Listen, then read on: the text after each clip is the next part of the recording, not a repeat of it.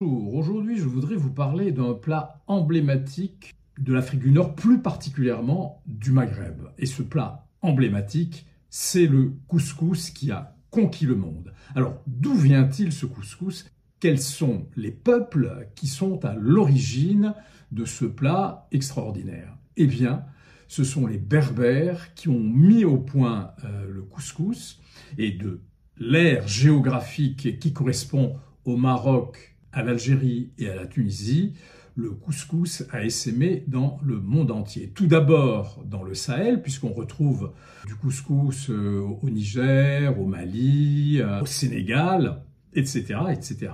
Mais par contre, il n'y a absolument pas de couscous au Moyen-Orient. Les premiers chroniqueurs à parler du couscous sont des chroniqueurs arabes. Au Moyen-Âge, au XIe, XIIe siècle de l'ère chrétienne, on commence à parler du couscous.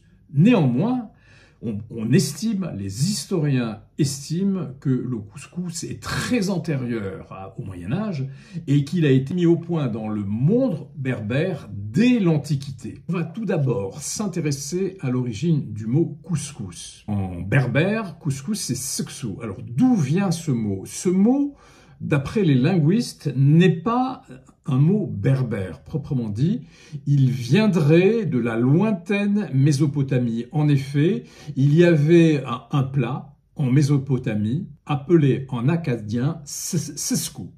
Et ce seskou a donné le nom de seksou. Alors cette semoule particulière était mouillée avec du lait ou avec du bouillon et c'était un plat de l'ancienne Mésopotamie. Ce nom seskou, transformé en seksou par les Berbères, aurait été amené en Afrique du Nord par les Phéniciens.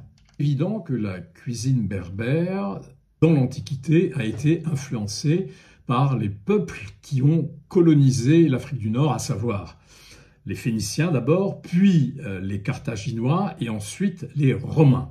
À partir de quand précisément a-t-on commencé à cuisiner le couscous tel qu'on le cuisine actuellement? C'est-à-dire à quel moment est apparu le keskes, cet ustensile troué qui permet à la vapeur de cuire le couscous? Quand a-t-on commencé à cuire le seksou, la semoule roulée à la main, à la vapeur? Eh bien, on trouve les premiers couscoussiers dans des nécropoles romaines de l'actuelle Tunisie. Alors, ces couscoussiers antiques datent du 1er, 2e siècle avant Jésus-Christ. Donc, on peut supposer que l'influence romaine entre en partie dans l'élaboration du couscous. D'où vient cette technique de cuisson à la vapeur?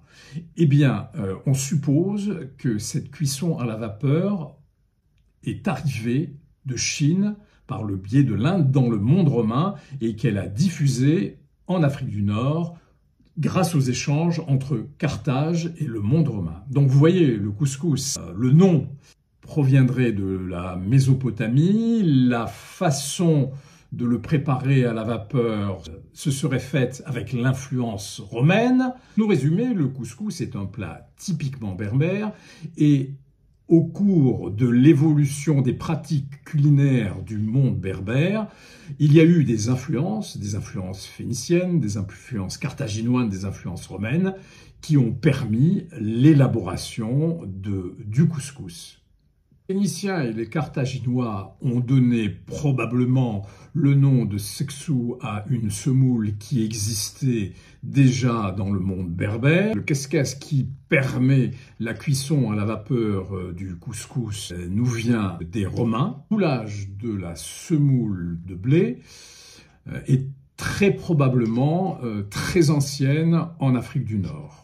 Je vous rappelle que la seule céréale à être roulée, c'est la semoule de blé dur, à l'exclusion de toute autre semoule, de toute autre céréale. Et que la semoule d'orge ou la semoule de maïs ne sont pas roulés. Et je voulais vous dire que le couscous, on en trouvait aussi en Côte d'Ivoire, en Mauritanie, en Libye, et que il a diffusé dans El Andalus. Il a disparu sous les coups de boutoir de l'Inquisition parce que quand on sentait que certaines familles préparaient du couscous, elles étaient dénoncées comme étant musulmanes.